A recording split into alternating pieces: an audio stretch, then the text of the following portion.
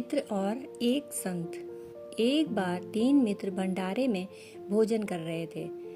भोजन करते समय पहले मित्र ने कहा, काश मैं भी ऐसा भंडारा कर पाता। दूसरा मित्र बोला, हाँ मित्र, लेकिन हमारी तनख्वाह इतनी भी नहीं कि हमारी रोजमर्रा की जरूरतें पूरी हो सकें। हम ऐसी सेवा कैसे कर सकते हैं। तीसरे ने कहा, खर्चे तो बहुत हैं, इतना पैसा कहाँ से जुटाएं कि भंडारा करा सकें। उनके पास बैठे एक महात्मा भी उनकी बातें सुन रहे थे। उन्होंने उनसे कहा, बेटा, भंडारा करने के लिए सिर्फ पैसे की जरूरत नहीं होती, बल्कि सिर्फ इच्छा या विचार की जरूरत होती है। उन तीनों ने आश्चर्य से महात्मा की ओर देखा।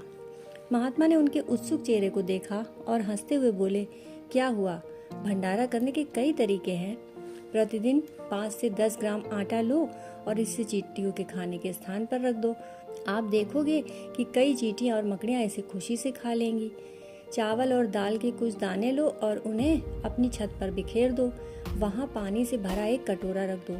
पक्षी और कबूतर आकर उसे खुशी से खाएंगे। प्रतिदिन गाय और कुत्ते को एक रोटी खिलाओ। उनके पीने के लिए घर के बाहर पानी से भरा बर्तन रखो। देखो, अगर तुम ये भी करोगे तो ये भी भंडारा ही है। महात्मा ने आगे कहा, भगवान ने सभी के लिए भोजन की व्यवस्था की थी।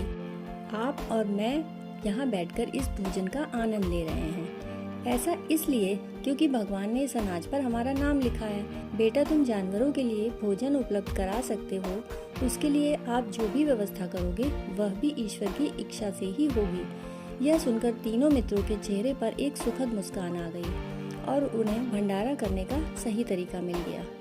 भगवान द्वारा बनाए गए प्रत्येक जीवित प्राणी को भोजन देना, दूसरों की मदद करना और लोक कल्याण के लिए निस्वार्थ भाव से काम करना ऐसे गुण हैं जो हमें अपने बच्चों को बचपन से ही सिखाने चाहिए। कहानी सुनने के लिए आपका बहुत बहुत आभार।